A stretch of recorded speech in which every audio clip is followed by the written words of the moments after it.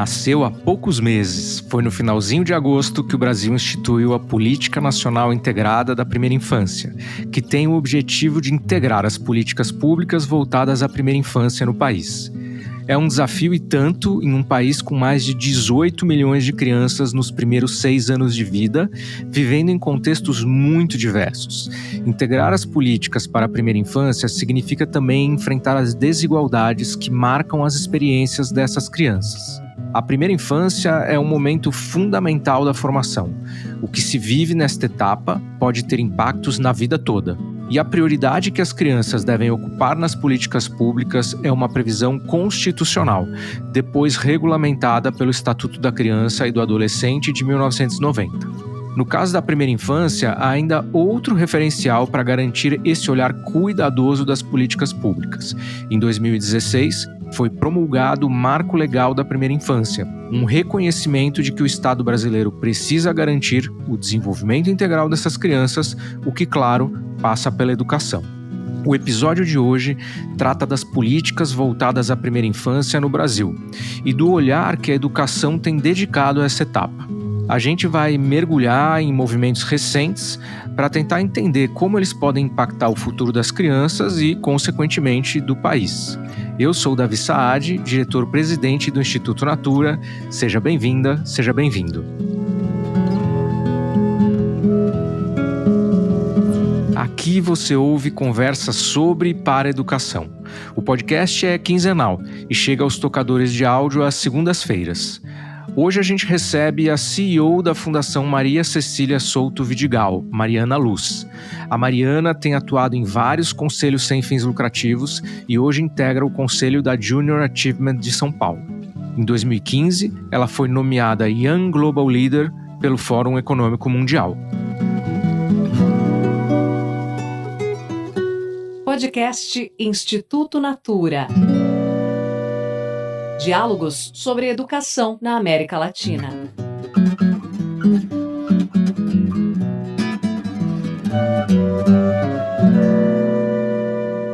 Mari, seja bem-vinda. Primeiro, antes de começar a te perguntar e explorar teu conhecimento, quero te agradecer muito aí pela presença e pelo tempo que você vai dar pra gente nessa conversa. Eu que agradeço, Davi. Um prazer imenso estar aqui. Muito bom. Mari, a Fundação Maria Cecília Souto Vidigal é provavelmente a organização que mais conhece de primeira infância no Brasil. E uma importante produção de vocês é o Panorama da Primeira Infância. Então eu queria começar por aí. Ele mostrou que 42% dos brasileiros não sabem o que significa o termo primeira infância. E 84% não reconhecem que esses primeiros anos de vida são uma etapa fundamental do desenvolvimento. Eu pensei que seria interessante a gente começar a nossa exploração por aí. Então, como essa conversa também é uma oportunidade de a gente deixar conceitos e mensagens mais claros, eu queria que você me ajudasse aqui definindo primeiro o que é primeira infância e por que ela é tão importante. Essa é uma ótima pergunta e é sempre um bom começo. A gente aqui sempre brinca na Fundação Maria Cecília Souto Vidigal que é isso. A primeira infância é o começo de tudo, é onde as bases tanto do conhecimento como dos aspectos físicos, motores, socioemocional se desenvolvem na sua máxima potência. Se a gente puder pensar, Davi, que todo bebê nasce com o mesmo potencial. Na verdade, na gravidez que as desigualdades também começam, infelizmente. Então, quem tem uma gravidez desejada, uma gravidez cuidada, uma gravidez num ambiente seguro, com nutrição, com a possibilidade de vivenciar essa gravidez, já sai na frente nessa largada daquelas pessoas que estão em situação de estresse, ou de uma gravidez indesejada, de uma gravidez na adolescência, de uma gravidez sem a nutrição, o acompanhamento médico. Então, as desigualdades e a causa raiz da pobreza intergeracional, ela infelizmente começa no início da vida. Mas ao mesmo tempo que esse quadro de risco se estrutura, a gente tem também uma oportunidade na primeira infância de romper com esses ciclos. Se a gente conseguir, como país, como sociedade, abraçar todas as crianças, como diz a Constituição Federal, que a criança ela é uma prioridade absoluta e uma responsabilidade de todos nós, família, sociedade, Estado. Então, acho que esse lugar nosso, inclusive de sociedade civil organizada e de uma fundação que atua no campo da primeira infância e com tantas outras. Eu sempre falo que, além da Fundação, existe uma rede que atua há décadas nesse campo da primeira infância, e é claro, por uma questão de direitos, que acho que definitivamente no nosso marco legal aí, e arcabouço legal, a gente tem um conjunto de leis e normas muito forte. Então a gente tem como a Constituição, o ECA depois, o Marco Legal da Primeira Infância, agora a política que você já mencionou e a gente vai aprofundar. Então existe esse arcabouço legal.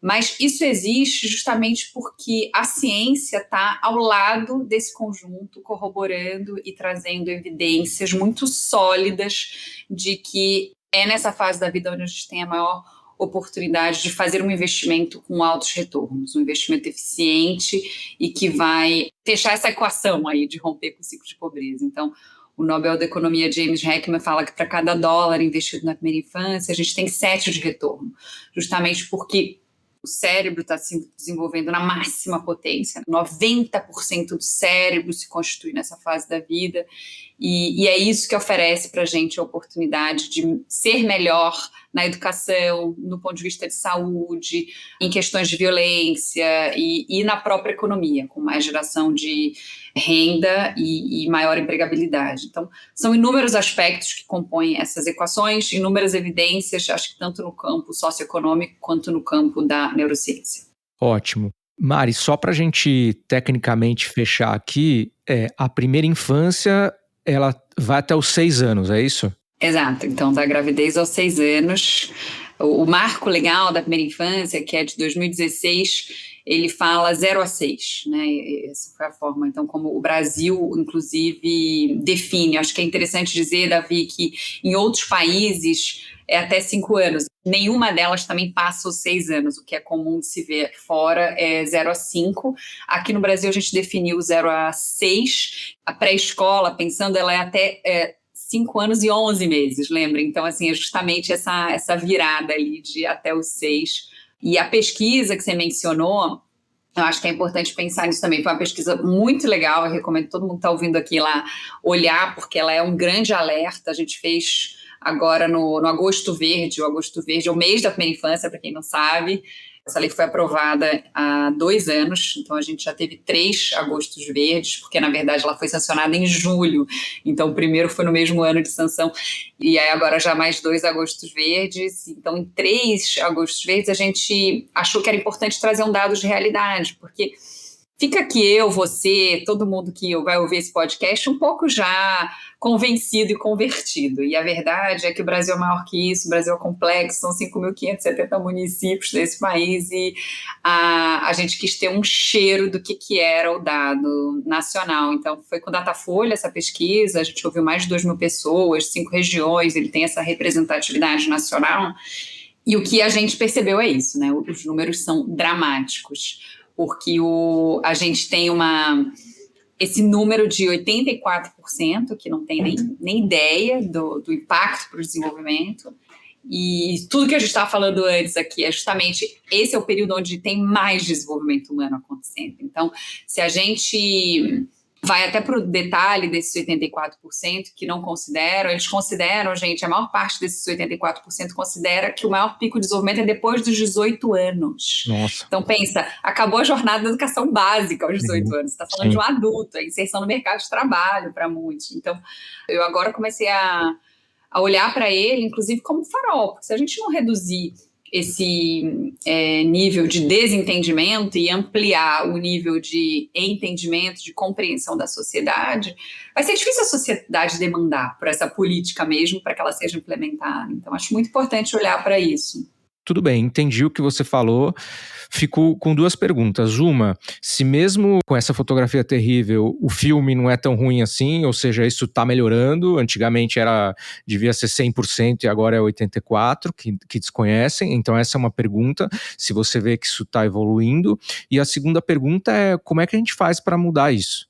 Olha, a gente não tem linha de base, essa é a linha de base, então daqui a gente pode fazer esse podcast agora a cada 2 anos, eu vou te dizer se a gente está melhorando ou estagnado ou piorando, eu espero que seja a primeira opção. Mas eu sinto, e eu sei disso, assim, acho que a Fundação Fundação faz 60 anos esse ano, então obrigada por nos dar a palavra nesse ano de aniversário. Mas há 18 ela elegeu a primeira infância. Então, são 18 anos atuando exclusivamente na primeira infância. Embora a primeira infância seja gigantesca, porque eu sempre falo isso, ela não é só uma pasta, ela necessariamente precisa da nutrição, do campo da educação, da saúde, da assistência social, do combate à violência, do saneamento básico, da habitação, da cultura. Ela é essa política intersetorial, ela precisa dessa abordagem integral, da entrega dos serviços, dos programas públicos, claro, para que essa criança tenha a oportunidade de se desenvolver.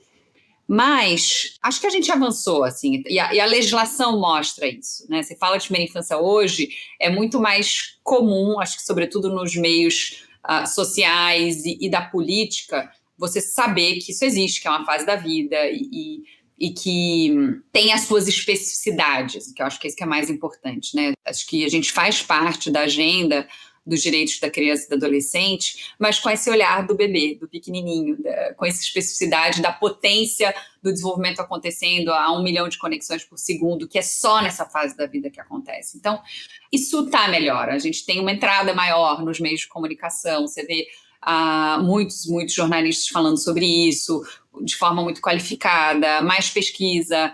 É algo nichado. Então, é claro que um número como esse, 84%, assusta.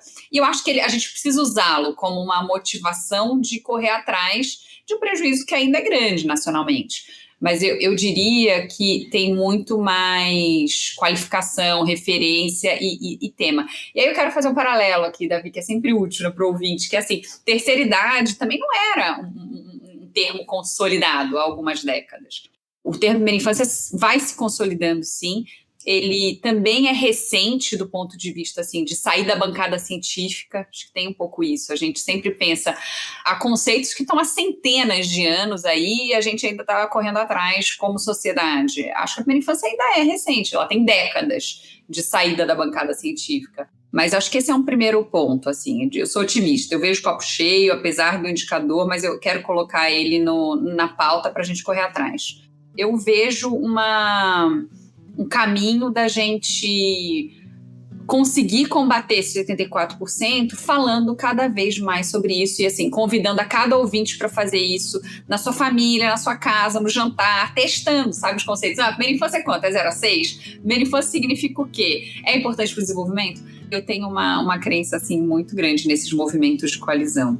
Muito bom. Bom, fica aqui esse convite aí para os ouvintes. Se alguém quiser comentar como fez isso, vai ser bem-vindo também.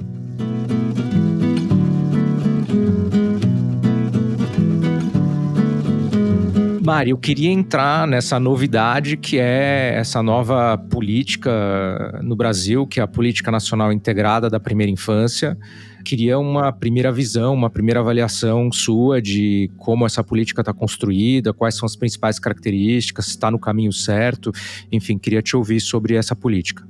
Olha, a Política Nacional Integrada para a Primeira Infância, ela é fruto de um trabalho de mais de 2 anos. Então, quando foi reconstituído o Conselho Econômico, Social e Sustentável da Presidência, o conselhão, a Priscila Cruz, que já esteve aqui nesse podcast, a nossa parceira de primeira hora, fez essa sugestão de ter um GT de primeira infância lá, convidou a Fundação Maria Cecília Souto Vidigal para ser relatora técnica, então a gente teve lá o papel muito ao lado do Todos pela Educação de fazer a relatoria do que seria esse GT. E o GT foi muito oportuno, Davi, porque ele percorreu o Brasil, sabe? Acho que a gente no Brasil é muito crítico e tem que ser mesmo, porque você quer ver a coisa andando.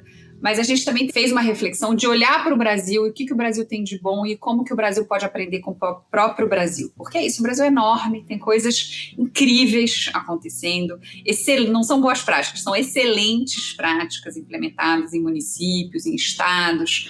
E o convite foi esse, vamos olhar para o que é bom, vamos entender.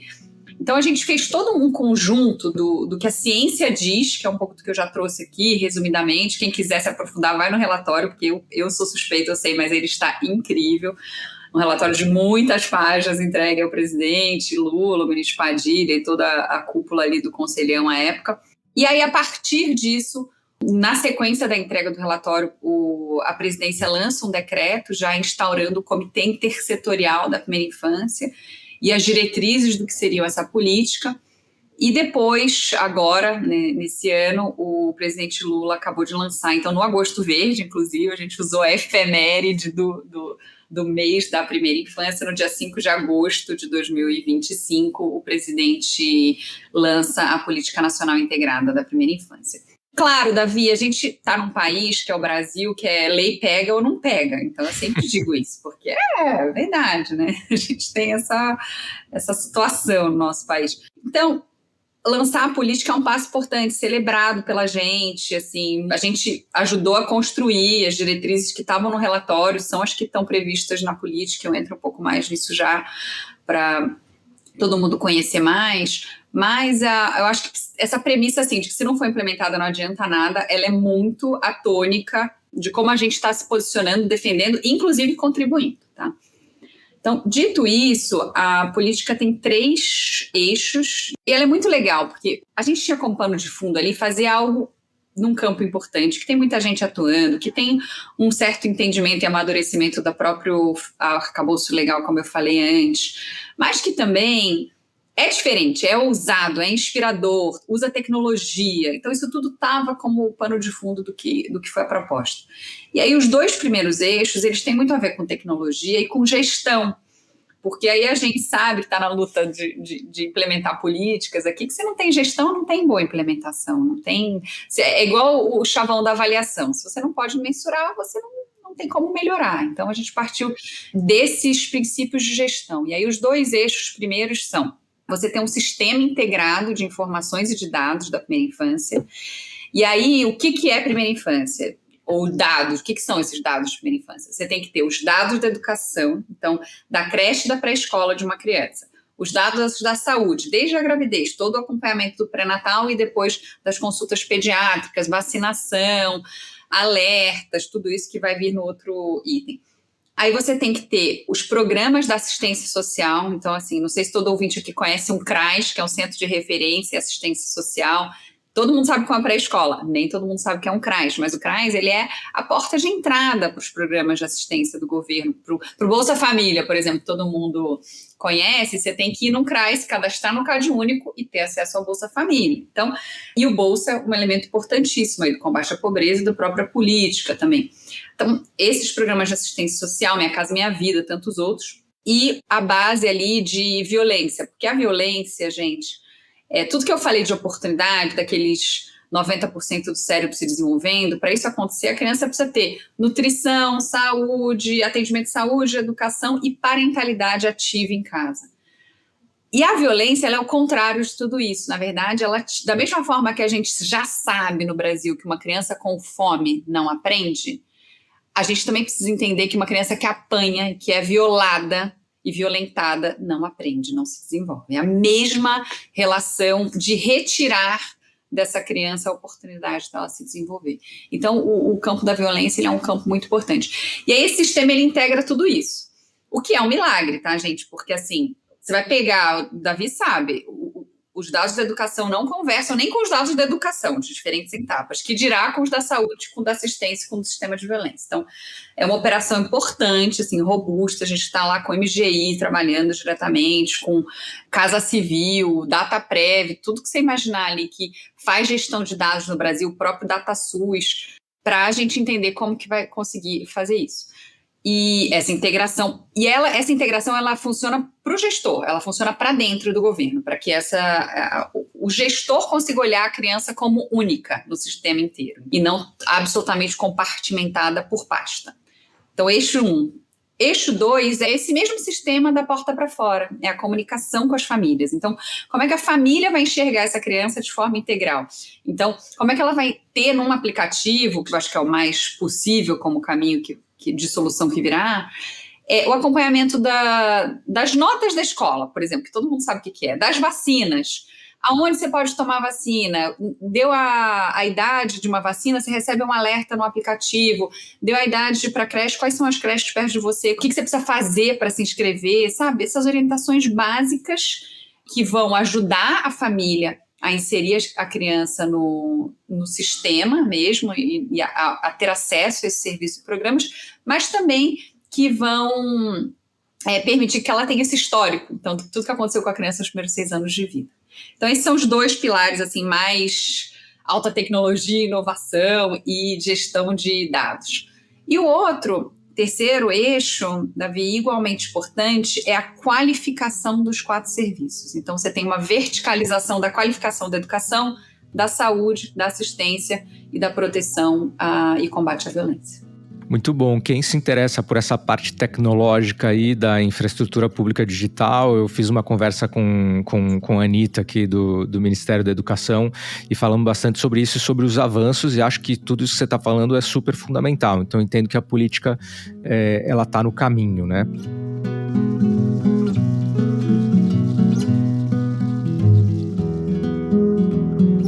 Mari, o mote aqui desse podcast é conversa sobre para-educação. Então, quero dar um mergulho aí na parte da educação em si, da primeira infância. E aí, acho que a primeira coisa, você citou creche, pré-escola, eu ouço falar de educação infantil, então queria entender essa terminologia aqui, né?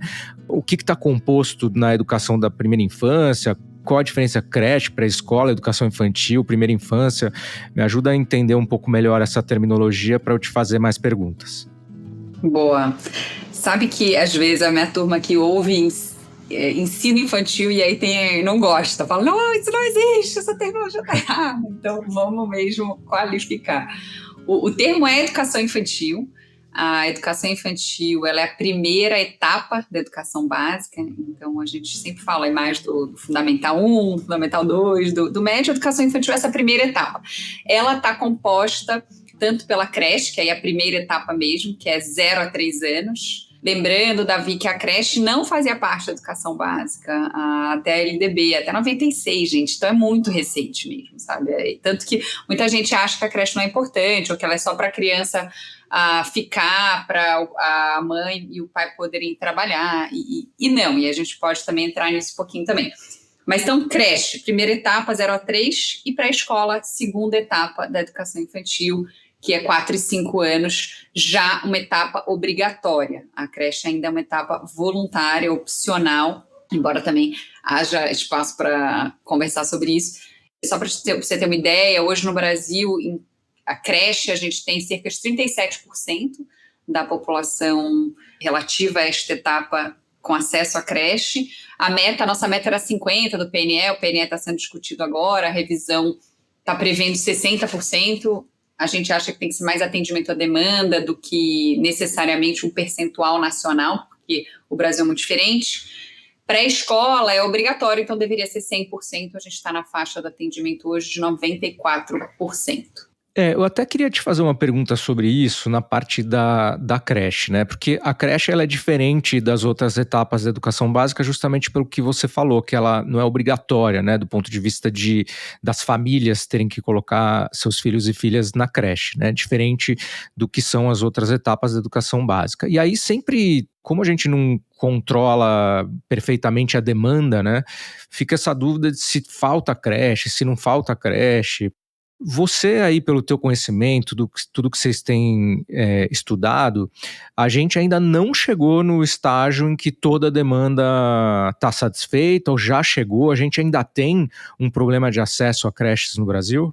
Sim, um problema imenso de acesso à creche no Brasil e um acesso desigual de creche no Brasil. Acho que então, pensa que os quartis de renda mais altos têm mais acesso à creche e os quartis de renda mais baixos têm menos acesso à creche. Então, a luta aqui é justamente por mexer nisso, Davi, porque essa coisa de ser voluntário e a família decidir se coloca ou não na creche, ela é injusta, essa é a verdade, porque a maioria das famílias de alta renda entendem e valorizam a creche e aí colocam, e as famílias de baixa renda colocam talvez por uma necessidade, mas acho que talvez não tenham entendimento, não colocam, porque não sabem quão importante pode ser a creche para a criança nessa fase da vida. E acho que além disso, tem toda uma questão mesmo de disponibilidade de vagas, porque a gente tem olhado para isso, aí tem os números, e de você fazer o que você falou da fila. As filas de creche, elas geram bastante matéria. Prefeitos são super interessados nisso e sempre usam o tema da creche nas campanhas, porque a creche ela é um tema intersetorial também, se você pensar. Ela é de aprendizado, ela é importante para o aprendizado da criança, fundamental, isso está comprovado.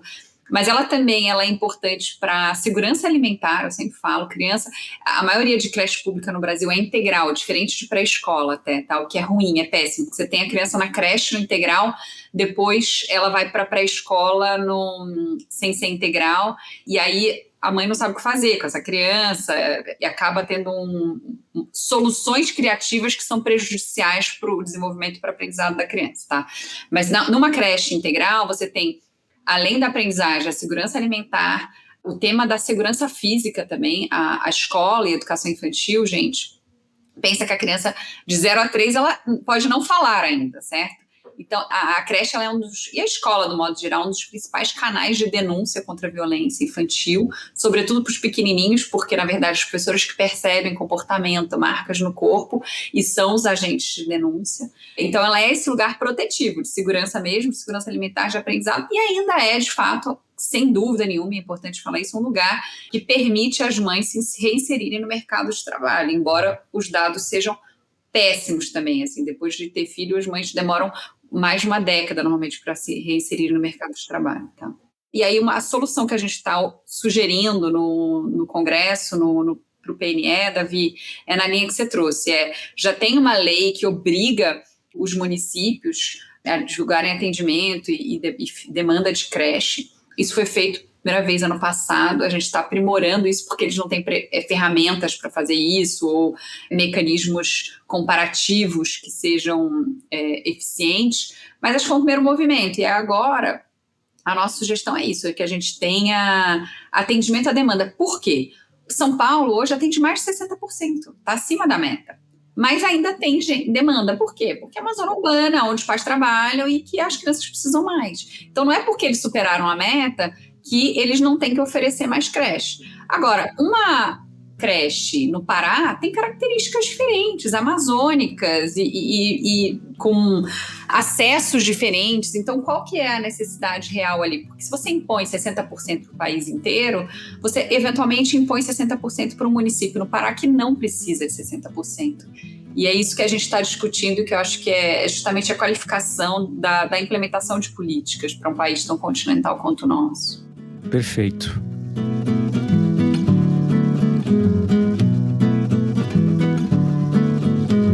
Bom, quero avançar agora para a pré-escola, então. E aí eu tenho uma pergunta que, assim, Mari, quando a gente olha as outras etapas da educação básica, ao longo dos últimos anos, o Ministério da Educação desenvolveu indicadores de avaliação que olham ao mesmo tempo acesso, promoção, mas que também olham qualidade, né? Então, você pega os indicadores do SAEB, DEB, etc., você consegue entender não só a parte de insumos, mas também o resultado final, né? E na pré-escola, pelo menos eu não conheço, ainda não existe essa mensuração de qualidade, que seja uma mensuração viável e em escala, né? Eu sei que existem em territórios menores, né? Então, a minha dúvida é, você acha que é possível a gente ter alguma forma de avaliar, como se fosse o SAEB? Claro, não a mesma coisa, porque é muito diferente, mas alguma coisa que a gente possa avaliar o desenvolvimento realmente das crianças, o serviço que está sendo oferecido está sendo um serviço de qualidade? Já existe isso? Como é que tá? Me conta um pouco sobre esse tema.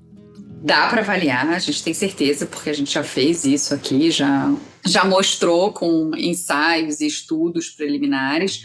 A gente ainda nunca fez de forma censitária, e aí um pouco do que você está falando, não existe isso no SAEB, então MEC e INEP têm olhado para esse tema, mas ainda não existe. Pra você ter ideia, os dados de educação infantil do último SAEB nem foram divulgados ainda, então, de educação infantil. A gente tem informação que eles vão sair ano que vem, então, mas o atraso já diz sobre a relevância. E a educação infantil, da vida do modo geral, ela é menos valorizada que as outras etapas, embora ela seja essa etapa de estruturação da base. Então, o que a gente fala é assim, gente, você tem educação infantil de qualidade, você vai ter melhora na jornada de educação do aluno e até 3 vezes mais do aprendizado, de toda a jornada escolar dele. Maior probabilidade de concluir os estudos, maior probabilidade de se alfabetizar na idade certa, de não evasão. Então, assim, é pela educação infantil, claro, mas também é por todas as etapas subsequentes. Vamos valorizar a educação infantil, gente, primeira mensagem. Mas dá para avaliar também, segunda mensagem. A gente tem instrumentos aqui que a Fundação, com outros parceiros, o Social, por exemplo, Movimento Bem Maior, investiram para trazer para o Brasil, traduzir, aplicar e mostrar o resultado. Esse é um instrumento e existe hoje um investimento numa simplificação desse instrumento com a Fundação Carlos Chagas, para que isso possa ser, porque de fato são avaliações mais caras, presenciais e tudo um pouco que você está falando, justamente são crianças pequenas. E tem um outro instrumento que a gente vai ter pela primeira vez os resultados da sua implementação no Brasil no ano que vem, a gente vai ter esses resultados, ele foi implementado esse ano, que é ao lado da OCDE, que é quem faz o PISA, para quem está ouvindo e talvez não saiba, e o PISA é esse instrumento que avalia aos 15 anos hoje a educação em literacia, matemática e ciências, e a OCDE e a Fundação, com um conjunto também de outras organizações, trouxe para o Brasil a versão dos 5 anos do que é esse instrumento.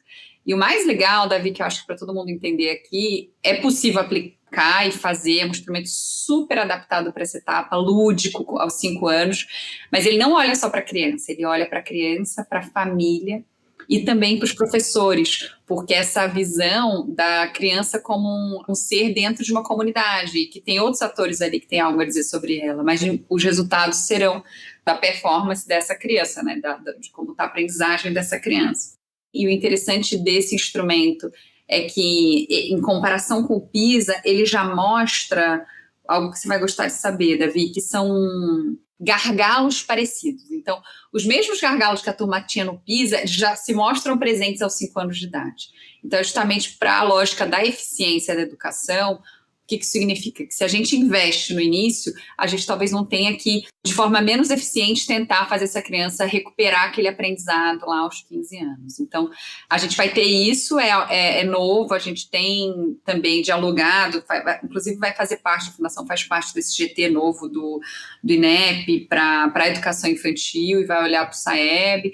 Mas são construções, eu acho que assim, como eu falei, as evidências são décadas, são relativamente recentes, eu acho que a criança tem pressa, então sou sempre um pouco inquieta e acho que a gente está atrasado, mas eu acho que a gente também tem que ser paciente e acreditar nas melhoras e nos passos que a gente tem dado, e eu acredito que no campo da avaliação também a gente está nesse lugar. Legal. Bom, Mari, eu tenho umas 150 mil perguntas, mas tem uma coisa que eu quero te perguntar. Eu não posso terminar antes de te ouvir sobre isso, talvez até seja um assunto meio delicado, não sei, que é a questão da relação entre educação infantil com a alfabetização. Eu sei que existem posições conflitantes de gente que acha que já se deve trabalhar esse tema na educação infantil, gente que acha que não deve trabalhar, que a educação infantil tem uma relação com a alfabetização a posteriori, acho que isso ninguém tem dúvida, né? Mas o trabalho desse tema na educação infantil, como que vocês veem essa questão? Davi, a gente acredita no que está escrito na Base Nacional Comum Curricular para a Educação Infantil. E o que a BNCC diz é: a gente precisa dar todos os instrumentos para a criança se alfabetizar na idade certa, que é até o 2º ano do fundamental. Mas isso começa na pré-escola, já na creche também, então na educação infantil como um todo, mas a alfabetização não é parte da educação infantil, então ela não deve acontecer até os 5 anos, ela acontece depois. E aí o que a gente precisa oferecer para a criança na educação infantil, tanto na creche como na pré-escola, são os insumos por meio de práticas pedagógicas lúdicas, enriquecidas, que coloquem a criança como ali o protagonista da sua aprendizagem, de forma autônoma, independente, com muita brincadeira, com muita interação.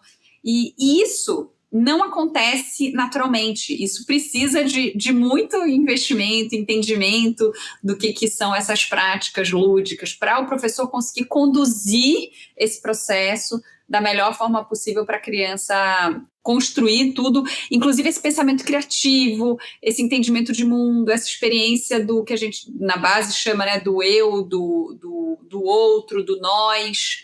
quando a gente fala, parece pouco tangível, mas não é. Assim, a qualidade da educação infantil são 4 coisas, eu sempre falo. É você ter professores qualificados, entendendo tanto do processo de desenvolvimento que está acontecendo, como do que é adequado para essa etapa.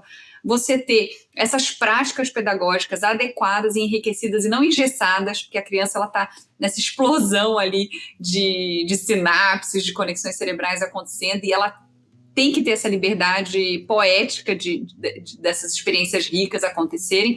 E depois a parte de infra. Então, você ter materiais adequados, estruturas nas escolas adequadas. Quando isso acontece, a criança chega no primeiro ano com muito a oportunidade de, assim, focar ali. E aí tem que ter experiências, tá? Com letras e números, com o próprio nome, autoidentificação, mas não escrever, ler e escrever. E isso é muito diferente. Isso acontece depois. Perfeito, ficou claríssimo. Super obrigado.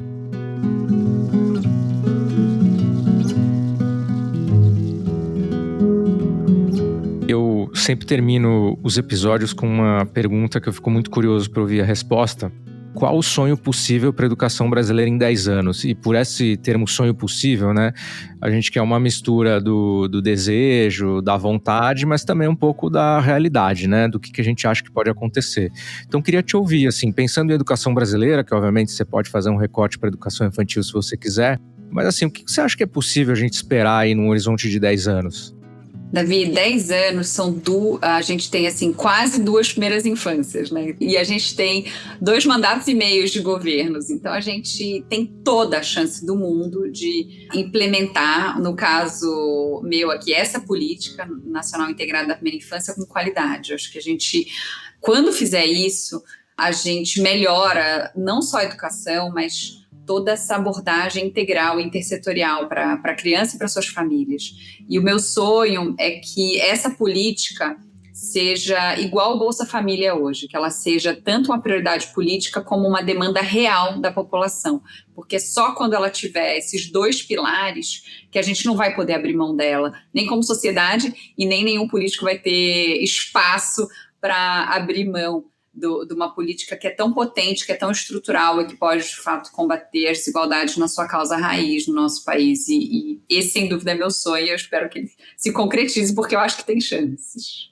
Muito bom, vou sonhar aí junto com você. Eu acho que, Mari, bom, queria te agradecer muito. Eu acho que você falou uma coisa que, para mim, é verdade, que talvez a educação infantil seja da educação básica a parte menos conhecida, assim, pelas pessoas.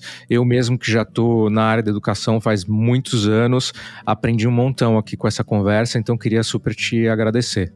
Obrigada, Davi, obrigada a todo mundo aí do Instituto Natura pela oportunidade, um prazer estar com vocês e seguimos juntos, porque é isso, é de mãos dadas que a gente vai mais longe. Muito bom, então ficamos com isso, gente, vamos conhecer mais a primeira infância. Obrigado, Mari, obrigado a todos e todas, tchau, tchau. Tchau, pessoal. Queria te convidar para seguir o podcast no seu tocador favorito e deixar um comentário contando o que você achou desse episódio. Te convido também para avaliar o podcast no Spotify. Se você gosta, dá 5 estrelas. Pelo Spotify, a Thalísia Wise escreveu que achou a troca do episódio sobre o investimento privado na educação super relevante e ainda aproveitou para dizer que acha a Fabiana Priante, CEO da B3 Social, nossa convidada na conversa, uma inspiração. Obrigado por ouvir e por escrever, Thalísia. Aliás, Fabiana recebeu várias menções nos comentários pelo trabalho relevante que faz. Bom, obrigado por ouvir essa conversa, compartilha ela com quem você acha que pode gostar. Obrigado também às consultoras de beleza e à equipe de Natura Crer Pra Ver. O próximo episódio do podcast do Instituto Natura chega em 15 dias. Até lá! Este podcast é uma produção do Estúdio Guarda-Chuva para o Instituto Natura. A edição é do Matheus Marcolino, a sonorização e a mixagem são do Pedro Yanxur, a trilha sonora é da Estela Nesrini e da Todo Canto Produção Cultural. Pelo Instituto Natura, a coordenação de comunicação é da Raquel Mello.